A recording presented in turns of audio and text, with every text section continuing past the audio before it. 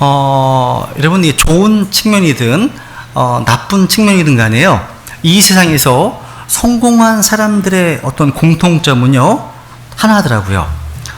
이 사람들은 오직 한 가지 일에만 전념했던 사람입니다.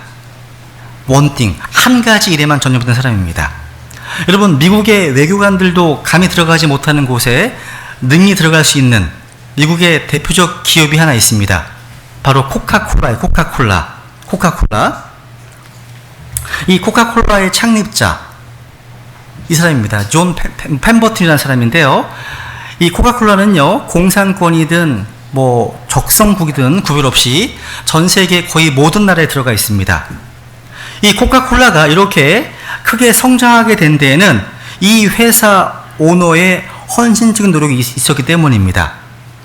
이 회사 사장은요, 코카콜라 판매를 위해서 완전히 목숨을 건 사람이었고, 자신의 모든 정열과 모든 노력을 코카콜라 판매를 위해서 쏟아 부었습니다. 이 사람이 얼마나 이 콜라 판매에만 전념했던지, 누구를 만나든지 무슨 일을 하든지 간에 항상 코카콜라만 생각했고 코카콜라만 말하고 다녔다고 합니다. 심지어 이 사람은요, 기자들에게 이렇게 말했다고 합니다. 내 혈관 속에는 피가 흐르는 것이 아니라 코카콜라가 흐르고 있습니다. 이렇게 얘기했어요. 한마디로 이 사람은요, 완전히 콜라에 미친 사람이었습니다. 사장이 이 정도로 콜라에 헌신하고 집중하니까 감히 어떤 회사도 보지 못하는 코카콜라에 아성을 쌓을 수 있게 된 겁니다. 여기서 저는 이 한 사람의 어떤 집념의 무서움을 봅니다. 한 사람의 헌신과 열정이 사람들로 하여금 코카콜라 없이 살지 못하게 했다는 거죠. 여러분, 헌신이 무엇입니까? 헌신. 오늘 헌신이 결여된 시대에 살고 있잖아요. 헌신이 무엇입니까? 영국 캠브리지 대학의 시티 스터드라고 하는 학생이 있었습니다. 이분은 학교에서요, 수석을 달리는 우수한 학생이었습니다. 또 아주 탁월한 크리켓, 스포츠입니다. 크리켓 선수였습니다. 이 스터드는요, 이 크리켓으로 영국 전체 시합에서 금메달을 따게 됐습니다. 그러니까 이 스터디에게는요, 보장된 출세의 길이 열려 있었습니다. 어느 날 이 스터디가요, 그 대학교 내에 복음 전도 집회에 참여했다가 하나님의 놀라운 복음을 깨닫고 예수 그리스도를 자신의 구주와 주님으로 영접하게 되었습니다. 그리고 이 사람은 자기가 선교사가 되어서 중국으로 가겠노라고 선포했습니다. 예수 그리스도에 대한 열정 때문에 부와 명예를 모두 버리고 중국으로 갔습니다. 중국에서 10년을 섬긴 후에 이 스터디 육신은 생명의 위협을 느낄 정도로 쇠약해졌습니다.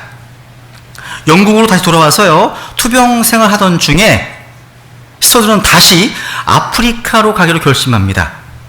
그때 주위의 모든 사람들이 그건 제정신이 아닌 결정이라고 그를 만류했습니다.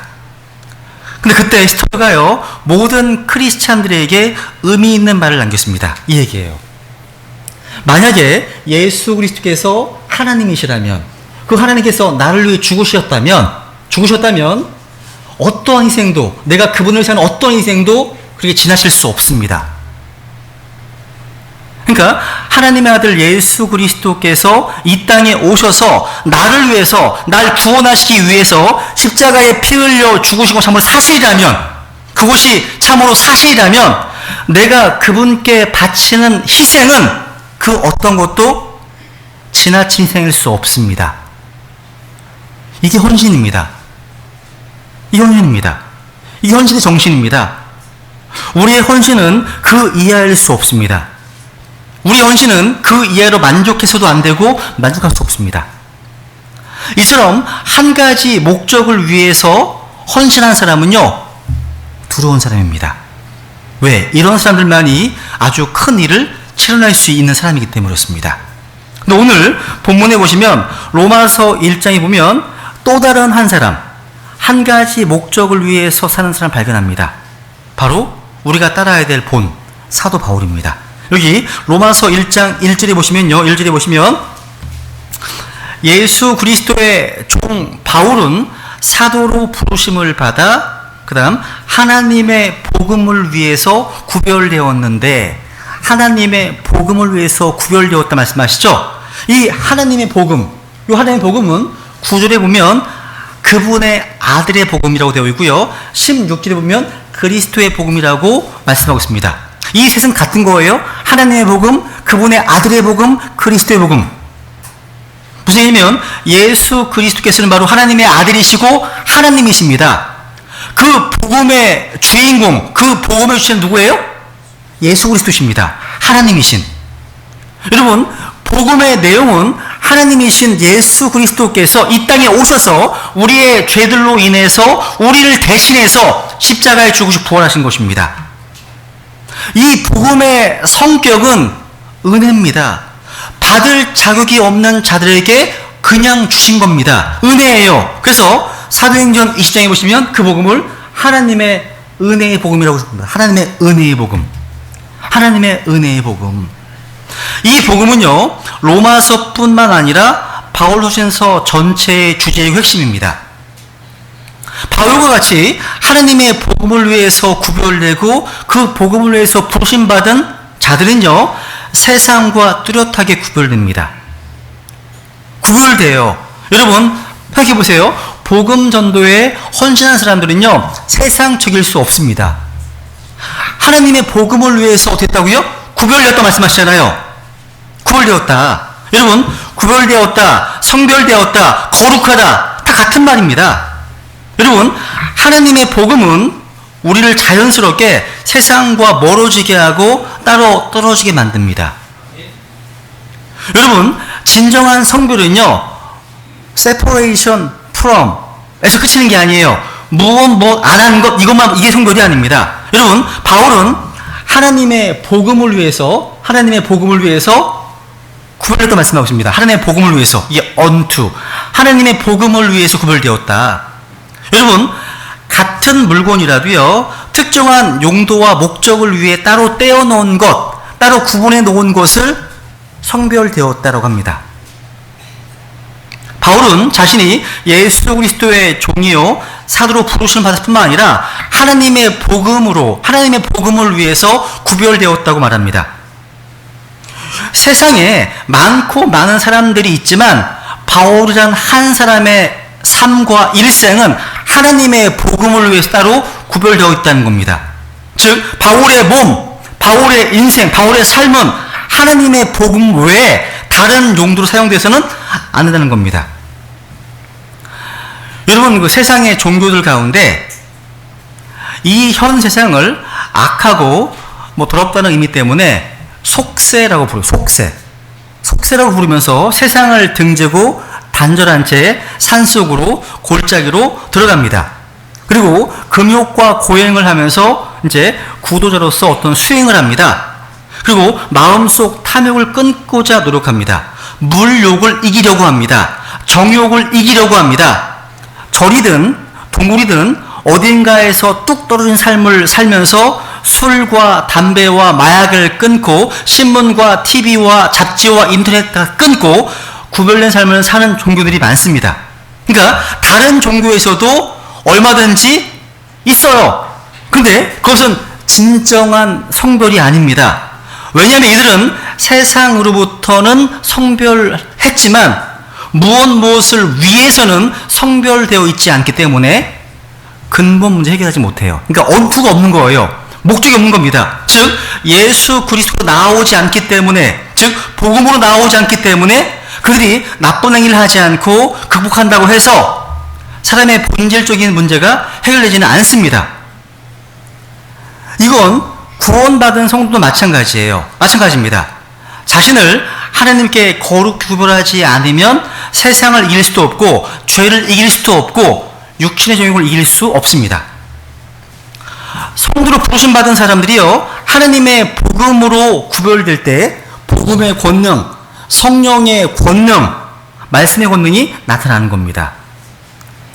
바울은 이렇게 하나님의 복음을 위해서 구별된 사람으로서 한마디로 완전히 그리스도의 복음에 미친 사람이었습니다.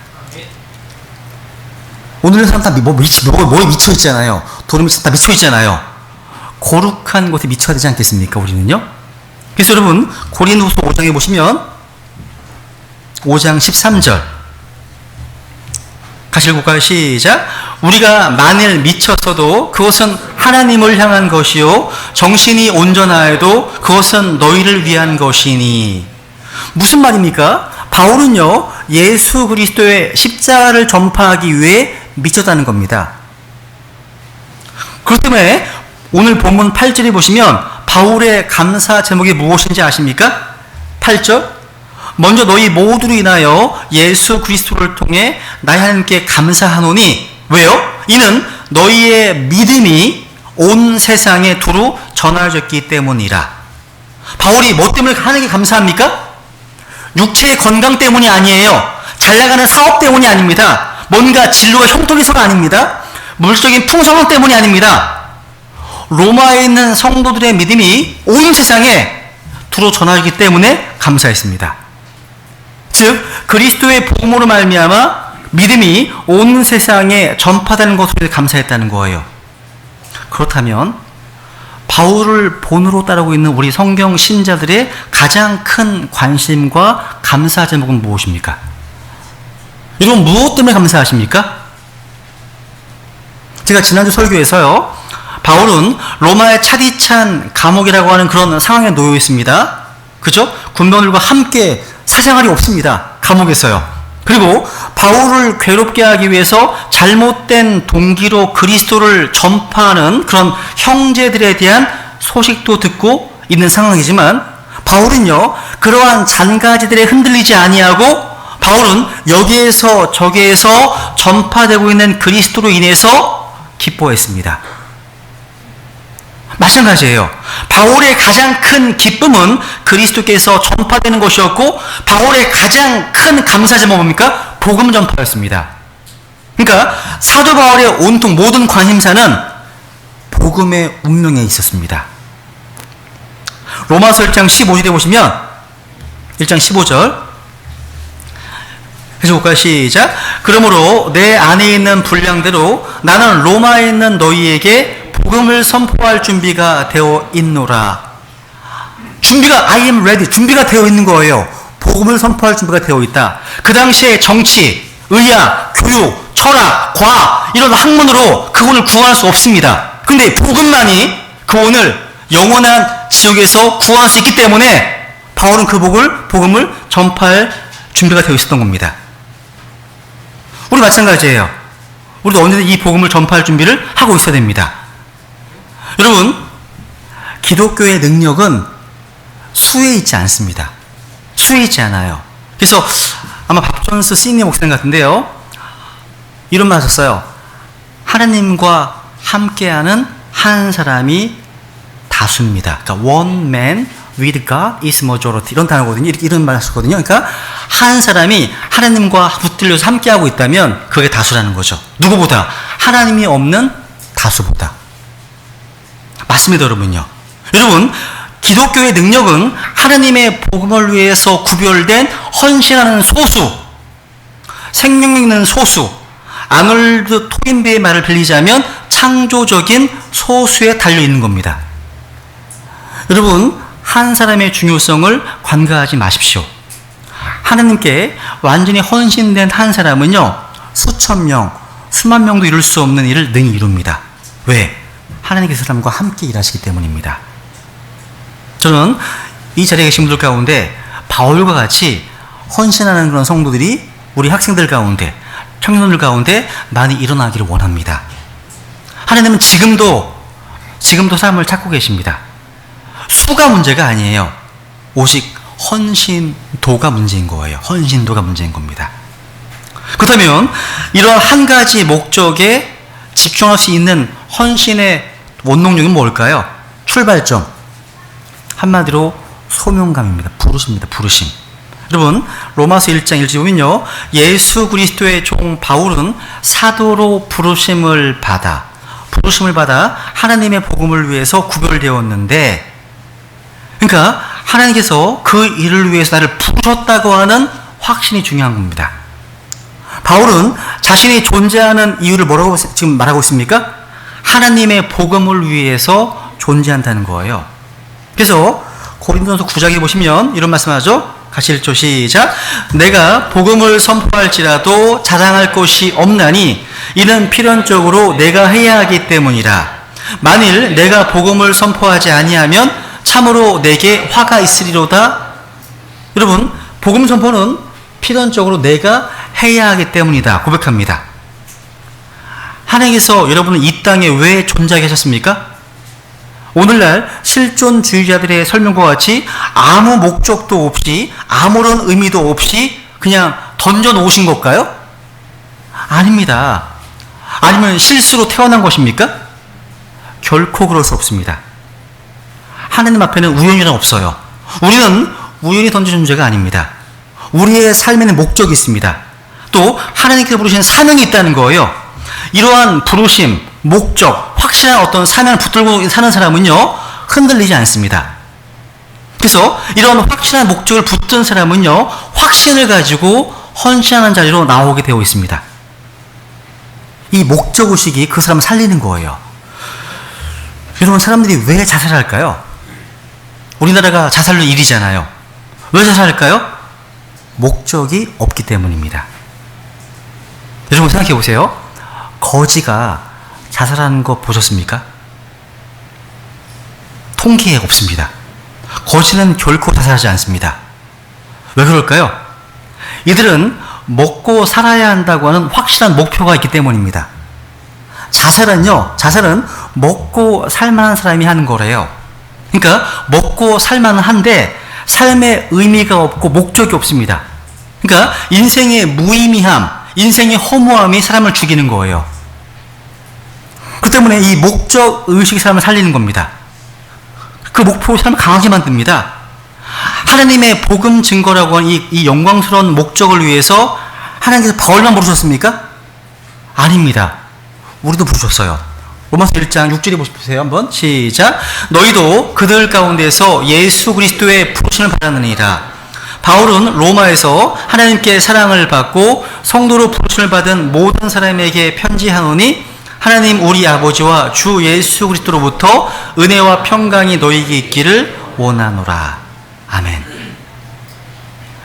이 복음 증거의 사명은요, 부르심 받은 모든 성도들, 바로 우리에게도 주어진 사명이고 또 각자에게 주어진 부르심입니다. 이게요.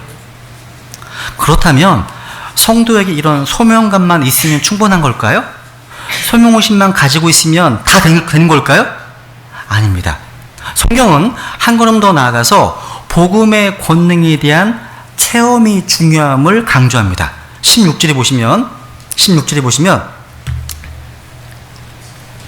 내가 그리스도의 복음을 부끄러워하지 아니하오니 이는 그 복음이 믿는 모든 자를 구원이르게 하는 하나님의 권능이기 때문이라.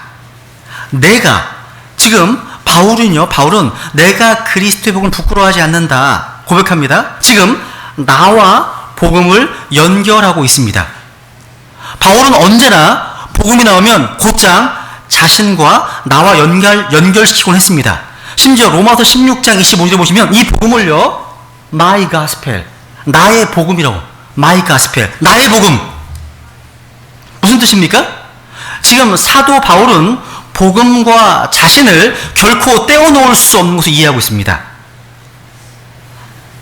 다시 한번 반복하면 이렇습니다. 바울이 믿고 있는 복음은 자신이 이미 몸으로 체험한 복음이란 말이에요. 복음에 대한 모든 것은 이미 자신의 삶을 통해서 권능이 있다. 이것이 검증되었다는 선포하고 있는 겁니다. 여러분, 내가 전하는 복음은 말뿐만의 복음이 아닙니다. 내가 전하는 복음은 미사역으로서의 복음이 아닙니다. 이 영광스러운 복음은 나를 변화시킨 복음이고 지금도 내 속에서 역사하고 있는 복음이고 내가 생명을 걸고 확신하는 복음이라는 겁니다. 이게 나의 복음인 거예요. 나의 복음. 그렇기 때문에 복음을 전할 때 다른 사람 얘기를 하는 것처럼 맥 빠지는 게 없어요. 자기의 복음이 아니야. 남의 복음입니다. 여러분, 예수님께서요, 가이사랴 빌립보 지방에서 제자에게 묻습니다. 사람들이 나를 누구라고 하느냐? 어떤 이들은 대언자라고, 어떤 이들은 엘리야라고, 그래서 여러 가지 답을 나열합니다. 그때 예수님께서는요, 제자들에게 단도직입적으로 묻습니다. 딴 사람들 주장은 그만하고, 그러면 너희들이 생각하는 나는 누구냐? 너희는 나를 누구라 하느냐? 물으십니다. 예수님께서는요, 그들 자신의 고백을 원하시는 거예요. 그때 베드로가 주는 그리스도시요 살아계신 하나님의 아들이시니이다라고 대답하죠. 칭찬받습니다. 예수님은 지금도요, 다른 사람의 고백이 아니라 나의 고백을 듣기 원하십니다. 어떤 사람들은요, 전도하면서 이렇게 얘기를 합니다. 예수님 믿으면 구원받는다고 그럽디다. 누가 그러는데 기도하면 응답이 있다고 그럽디다. 이런 얘기? 이건 복음 증거가 아니죠. 여러분, 성도들은 예수 그리스도의 증인입니다. 증인이에요, 증인. 증인은 자신이 보고 들은 것을 증거하는 겁니다. 여러분, 예수 그리스도께서 저를 구원해 주셨습니다. 그분의 십자가의 보혈이 저의 모든 죄를 100% 씻어 주셨습니다. 만유의 주이신 하나님께서 저희 아버지가 되어 주셨습니다. 그 십자가 구원의 능력입니다. 예수님만이 우리의 유일한 소망입니다. 그분만이 우리를 구할 수 유일한 분이십니다. 이런 내 신앙, 내 간증이 있어야 한다는 거예요. 내가 믿는 복음, 내가 체험한 놀라운 복음을 증거해야 한다는 거죠. 내 속에서 나와야 한다는 거예요. 거기에 힘이 있다는 거죠. 그래서요, 복음을 전하는 방법에는 두 가지가 있어요. 말로만으로 전하는 것이 있고, 내 속에서 체험된 것으로 전하는 방법입니다. 여러분, 그리스도의 복음은요, 여기 이 말씀처럼, 로마서 16절 말씀처럼 믿는 모든 이를 구원이르게 하시는 하나님의 권능이기 때문에 말씀만을 그대로 읽어주어도 상당한 능력이 나타나곤 합니다. 그러나 이것은 복음 전도에 있어서 베스트한 건 아닙니다.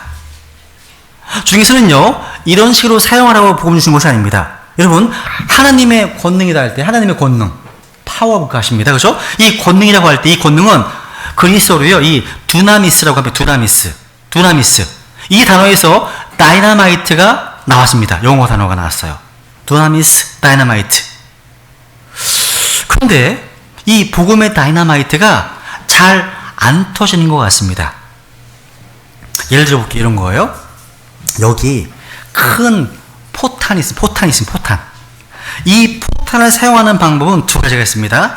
하나는 그냥 포탄을 그대로 집어 던지는 거예요. 포탄은 쇳덩이이기 때문에 집어 던진 포탄이 딱 맞으면 다칩니다. 정통으로 맞으면 죽을 수도 있어요. 도망가다 빗맞아도 타박상을 입습니다. 그러면서 우리는 이렇게 말합니다. 이 얼마나 복음의 능력이 대단한가. 정통으로 맞추면 사망이고 빗맞아도 타박상이니까. 근데 하나님은요, 이 복음을 던져서 쓰라고 주신 게 아니에요. 하나님께서는요, 이 그리스도의 복음을 포탄에 불 붙여서 사용하기 원하십니다. 이 포탄에 불을 붙여 사용하기만 하면 수천의 사람을 다 죽일 수 있습니다.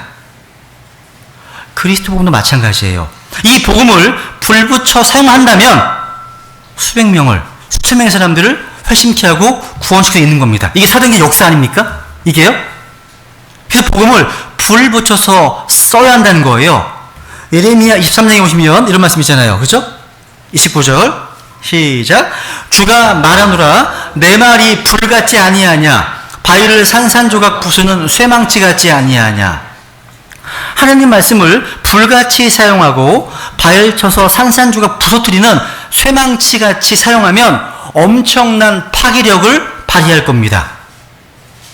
우리가 죽은 영혼을 살리는 하나님의 복음을 증언할 때 먼저 그 놀라운 복음을 내가 경험하고 그 복음에 내가 사로잡혀 있으면 이 불붙은 포탄과 같은 하나님의 능력이 나타날 겁니다. 그런데 저와 여러분에게 별로 불이 없는 것 같아요. 불이 잘 안 붙어 있는 것 같아요. 여러분, 제가 처음 구원받았을 때에는 아주 무모할 정도로 뜨겁게 그리스도를 전했던 기억이 납니다. 눈물로 주님께 매달리면서 간절히 기도했습니다. 너무 간절한 나머지 헤드셋을 차고 저 혼자 지하철역 앞에서 복음을 선포하기도 했습니다. 또 공원을 찾아다니면서 개인 구령하기도 했습니다. 그런데 어느 순간부터 시간이 없다는 핑계로 제가 너무나 고급스러운 그리스도인이 되어가고 있는 것 같습니다. 고급스러운 그리스도인? 지금은 그때보다 성경 지식도 많고 경험도 많은데 어느 순간부터 타성에 젖은 그리스도인이 되어버린 것 같습니다. 여러분 어떠십니까? 여러분은요? 여러분이 믿지 않는 사람들에게 예수 그리스도를 믿으라고 마지막으로 고백했던 때가 언제십니까? 우리에게 은혜가 필요합니다. 주님의 그 말씀 때문에 우리 마음이 뜨거워지길 원합니다. 이 감격을 모르는 사람들에게 전해주고 싶은 그 열정이 우리 안에서 회복되기를 원합니다. 지금 우리가 말씀하시잖아요. 시편 38절 오 주께서 선하신 것을 맛보고 알지어다. 그분을 신뢰하는 사람은 복이 있도다. 또 너희가 주께서 은혜로우신 것을 맛보았으면 그리하라. 여러분 맛보셨습니까? 우리에게 이 복음의 감격과 열정이 거룩한 불이 우리 안에 회복되어야 할 줄 믿습니다. 그러려면 이 복음을요 반복적으로 들을 필요가 있습니다. 그래서 마지막으로요 사도 바울이 이 로마서를 쓴 이유가 무엇일까 한번 생각해 마치겠습니다. 여러분 구원받은 성도라 할지라도요 복음을 반복해서 들을 필요가 있어요. 제가 강단에서 종종 복음 설교를 하면 어떤 목사님들은 이 복음 증거는 전도 집회 때나 하는 것이지 이미 예수님 믿어서 구원받은 사람에게 왜 또 전하냐고 하시기도 합니다. 오늘날 만약 사도 바울이 다시 살아나서 21세기의 현대 교회들에게 편지를 보낸다면 우리는 아마도 뭔가 새로운 계시, 향상된 계시를 새롭게 써주길 기대할 겁니다. 아닙니다. 여러분 성경 시대의 바울은 이미 세워진 지 20년이 된 로마 교회에게 복음의 내용을 담아서 편지를 썼습니다. 바울은 15절에서 얘기하잖아요. 보세요. 15절. 그러므로 내 안에 있는 분량대로 나는 또한 로마에 있는 너희에게 복음을 선포할 준비가 되어 있느라. 누구에게요? 로마에 있는 너희에게. 이 편지는 믿음이 없는 이들에게 쓴 것이 아닙니다. 왜냐하면 6절에 보시면 너희도 그들 가운데서 예수 그리스도의 부르심을 받았느니라. 7절 바울은 로마에서 하나님께 사랑을 받고 성도로 부르심받은 모든 사람에게 편지한다. 심지어 8절에 보면 그들의 믿음이 온 세상에 두루 전하기 때문에 감사하다 고백했습니다. 무슨 얘기예요? 이미 주 예수 그리스도를 믿어서 구원받아서 하느님의 자녀가 된 성도들에게 복음을 전하기 원한다? 좀 이상하게 들리지 않습니까? 이상한 게 아니에요. 아닙니다. 여러분 예수님을 믿고 신앙생활을 잘하는 우리가 왜 복음을 들어야 됩니까? 구원받은 지 1년 되고 5년 되고 10년 되고 20년 되고 30년 되는데 불구하고 지금 살고 있는 우리가 왜 복음을 들어야 됩니까? 여러 가지 이유가 있지만 한 가지 말씀드리면 복음을요 더 정확하게 더 깊이 있게 더 영광스럽게 정확하게 들어야 될 필요가 있기 때문입니다. 저는 이것이 바울이 로마 교회에 복음을 들려주는 더 정확한 이유라고 믿습니다. 예를 들어 보겠습니다. 그동안 다른 교회에서요 오랫동안 섬기다가 이제 신약 교회로 오게 돼서 저를 만나신 분들이 많습니다. 기억하면 그분들 가운데 이제 그분들에게 제가 복음을 깊이 나눌 때마다 나오는 반응은 다양합니다. 어떤 분들은 복음을 듣고 이해하면서 회심하기도 합니다. 그러니까 구원받기도 해요. 어떤 분들은 이러한 복음을 내가 처음 들었다고 감탄하고 감격하기도 합니다. 어떤 분들은 본인이 지금까지 알았던 예수님과 성경을 통해서 지금 배운 예수님이 정말 다르다는 사실 고백합니다.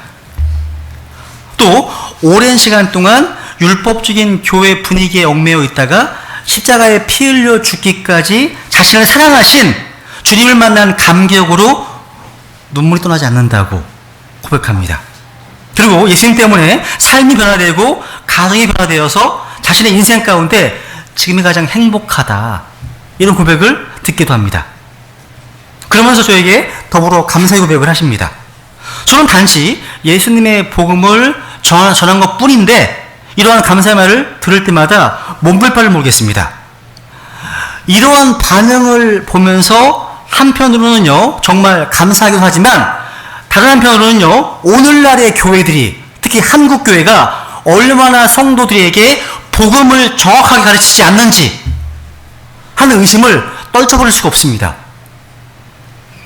여러분, 바른 복음으로서 하나님의 복음을 모른 채 뭔가를 섬기는 일에만 열심을 내는 분들, 그런 분들은요, 은혜의 감격이 없어요. 그저 기복주의적이고 어떤 공로주의적인 어떤 동기 때문에 종교생활 하는 것 뿐입니다. 그래서 열심은 있는데 영적인 변화와 성장은 없어요.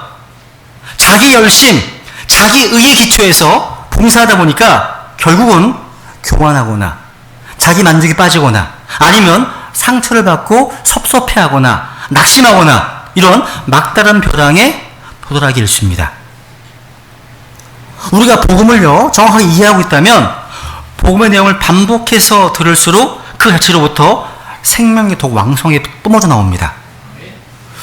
혹시 이 가운데 그런 건 없을 거예요. 복음이 지겨우신 분이 계시다면, 저 남목사 맨날 복음만 전한다고 지겨우신 분이 계시다면 그것은 그분이 복음을 정확하게 이해하지 못하고 있기 때문입니다. 복음의 영광하고 깊이를 잘 알지 못하기 때문이에요. 여러분, 나뭇가지가 나무를 떠나서 살 수 없습니다. 마찬가지입니다. 그리스도인은요, 그리스도를 떠나서, 복음을 떠나서는 살 수 없고 존재할 수 없습니다. 그래서 복음 안에서 자라나는 생명은 오래되어도요, 말라 죽지 않는 그런 고목이 되지 않습니다. 근데 오늘날 교회가요, 제가 보기에는 고목이 되어가는 것 같아요. 고목. 왠지 아세요?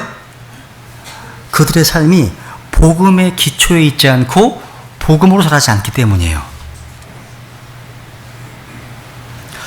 저는 이걸 원해요. 이게 뭐예요? 이게 뭐죠? 고목이에요? 아니죠.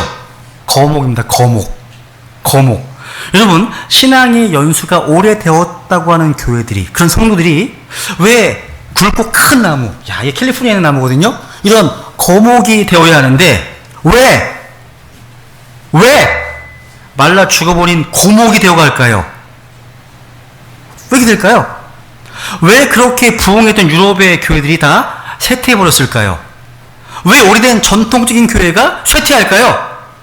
그들이 믿음으로 시작했으나 어느덧 믿음을 버리고 자신의 습관, 자신의 행위, 전통을 의지하기 때문입니다. 이들이 망한 원인은 복음으로 시작했다가 점점 윤리화되고 율법화되어 갔기 때문입니다. 바로 그리스도의 복음을 알지 못하기 때문입니다. 잘못된 복음, 변질된 복음은요, 사람으로 하여금 믿음에서 떠나게 하고 결국 그리스도를 떠나게 합니다. 정말 심각한 문제는 오늘날 교회에서 이렇게 믿음에서 떠나도록 가르친다는 겁니다. 도덕과 윤리를 너무나 열심히 가르쳐서요, 인간적인 도전과 감동을 주기 위해서 세상에서 훌륭하다고 하는 위인들을 너무 많이 소개해 주어서 스스로 두 주먹을 불끈 움켜쥐게 만들어서 결국 그리스도를 믿는 믿음에서 떠나간다는 거예요. 이상한 일이 벌어져요. 여러분, 복음은요, 믿음에서 시작해서 믿음으로 끝까지 가는 겁니다. 바울은 로마서 말 핵심이 이겁니다. 바로 믿음이에요. 또 정확히 말하면 복음은 처음부터 끝까지 믿게 하는 겁니다. 같이 보고 시작. 복음은 하나님의 의가 믿음에서 믿음까지 계시되어 있나니 이것은 기록된 바 의인은 믿음으로 살리라 함과 같으니라. 믿음에서 믿음까지예요. 처음부터 끝까지 믿음이라는 거예요. 누구나 처음에는 믿음으로, 은혜로, 성령님 믿음으로 시작합니다. 근데 시간이 지나면서 처음에 가졌던 믿음, 은혜에 조금씩 멀어집니다. 그 대신 자신의 행위, 자신의 경험, 자신의 전통, 그리고 자신의 인격을 의지합니다. 그러니까 점점 믿음에서 멀어져가고 그리스도에게서 멀어져 갑니다. 복음은 처음부터 끝까지 믿음입니다. 이것이 로마서의 주제입니다. 그리고 그 믿음은요, 우리 구주 예수 그리스도를 붙잡는 거예요. 바울은 골로새서에서요, 머리이신 그리스도를 붙들지 않고 어떤 신화나 절기나 철학을 붙는 것을 경계했습니다. 에베소도 마찬가지예요. 교회의 머리가 되신 그리스도를 통해서만 충만케 됨을 이야기하면서 오직 그리스도에게까지 자라가야 할 것을 증언하고 있습니다. 오늘날 교회의 최대 문제는 바로 교회의 머리이신 그리스도에게서 떨어져 나가는 데 있습니다. 믿음에서 멀어져 가는 데 있다는 겁니다. 이것을 경계하고 우리의 죄로 말미암아 우리를 대신해서 십자가에 피 흘려 죽으시고 부활하신 예수 그리스도만 바라보고 그분을 믿도록 가르치는 것이 복음의 주제잖아요. 오늘날의 교회가 이런 복음에 무지하다는 데 큰 문제가 있는 겁니다. 그래서 무력하고 형편없는 모습으로 세상의 조롱을 받는 굴욕적인 지경에 이른 겁니다. 복음을 모르니까 강단에서 설교할 게 없는 겁니다. 복음을 모르니까 강단에서 15분 설교밖에 안 하는 거예요. 복음을 모르니까. 여러분, 이 시대를 향한 하나님의 방법이 무엇입니까? 바른 복음, 온전한 복음입니다. 이 복음을 다시 듣고 온전하게 제대로 들어야 되는 겁니다. 이 복음이 우리를 변화시켰습니다. 오늘날 교회의 능력은 복음에 있습니다. 이 복음이 바로 교회를 새롭게 하는 거예요. 그래서 우리가 이 복음을 반복적으로 계속 들어야 됩니다. 저는 여러분이 귀에 따가울 정도로 계속 복음을 전할 겁니다. 그리고 하나님이 이 강력한 복음 증거를 위해서 우리를 부르셨습니다. 이 부르신 목적을 깨닫고 바울과 같이 이 하나님의 복음이라고 하는 한 가지 목적을 위해서 헌신하는 예수 그리스도의 증인들이 되기를 원합니다. 같이 기도하시겠습니다.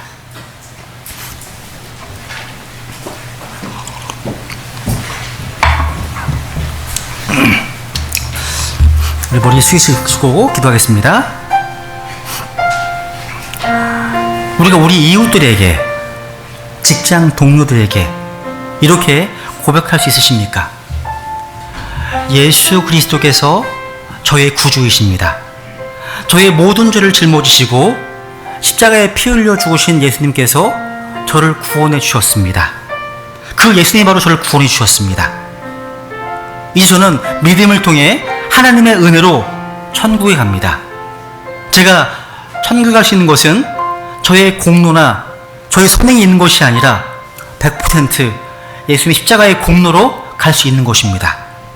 이 십자가가 바로 저의 자랑입니다. 이렇게 고백할 수 있으십니까? 마음으로 믿어 의에 이르고 입으로 시인하여 구원을 이룬다고 말씀하셨습니다. 자신의 입술을 열어서 나의 구주로서 예수님을 고백할 수 없는 분이 계시다면 이 시간 우리 안에 살아계시는 주님께 이렇게 고백하십시오. 이 복음을 나와 연관시켜서 이렇게 고백하십시오. 사랑하는 하나님, 저는 죄인입니다. 제가 어디서 와서 어디로 가는지, 내가 왜 사는지 알지 못하고 방황하며 지냈습니다. 오늘 하나님의 부르심을 받고 믿음으로 나와왔습니다. 예수님의 십자가의 보혈로 저를 씻어 주시옵소서. 저를 위하여 죽으시고 부활하신 예수님을 제 구주로 모셔드립니다. 하나님은 제 아버지가 되어주셨습니다. 예수님은 저의 구주가 되셨습니다. 저는 하나님의 자녀가 되었습니다. 저를 구원해 주셔서 감사드립니다. 이렇게 주님께 기도하지 않으시겠습니까? 또 이 자리에 구원은 받았는데 이 하나님의 복음을 생각해도 가슴이 뜨겁지 않은 분이 안 계십니까? 이 말씀과 찬양이, 이 기도가, 이 예배가 너무 익숙하고 무료하신 분이 안 계십니까? 그렇다면 지금 다시 이 놀라운 하나님의 복음 앞에 서야 할 때입니다. 어두운 터널과 같은 인생을 왜 이렇게 걷고 계십니까? 예수 그리스도를 처음 만난 날의 설렘이 회복되어야 됩니다. 우리 안에 거룩한 불이 회복되기를 원한다고 주님께 고백하십시오. 우리 안에 사도 바울과 같은 하나님의 복음을 위해서 구별렸던 말씀처럼 우리 삶이 이 복음에 붙들린 자들이 되기를 원한다고, 우리 삶에 분명한 목적이 회복되기를 원한다고 주님 앞에 고백하시기 바랍니다. 같이 기도하시겠습니다.